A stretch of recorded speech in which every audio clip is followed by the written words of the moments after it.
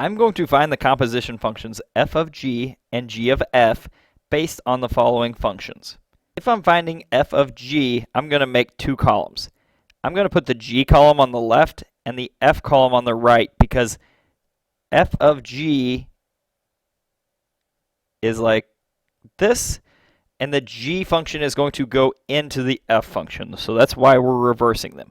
So I'm just going to take these coordinates and list them out.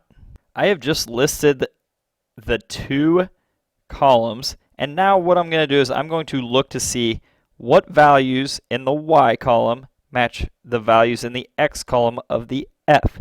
If they do match, I'm going to say they map to each other and we connect them. So here, a 4 and a 4, they're right next to each other.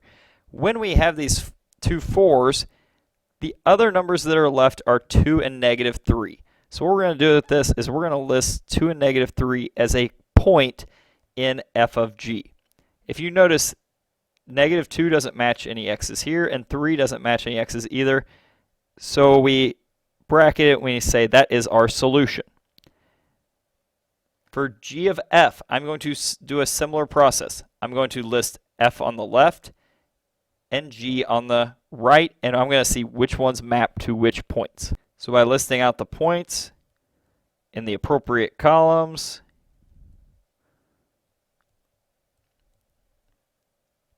I'll be able to find which points map to which corresponding points, and I'll be able to see what points lie in g of f.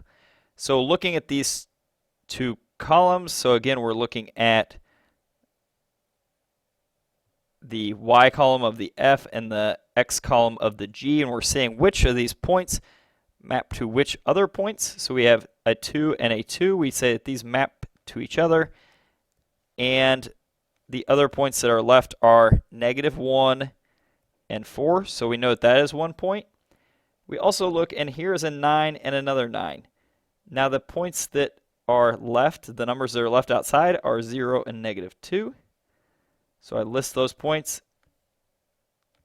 Negative 3 does not map to anything over here, so we are finished, and we have found g of f.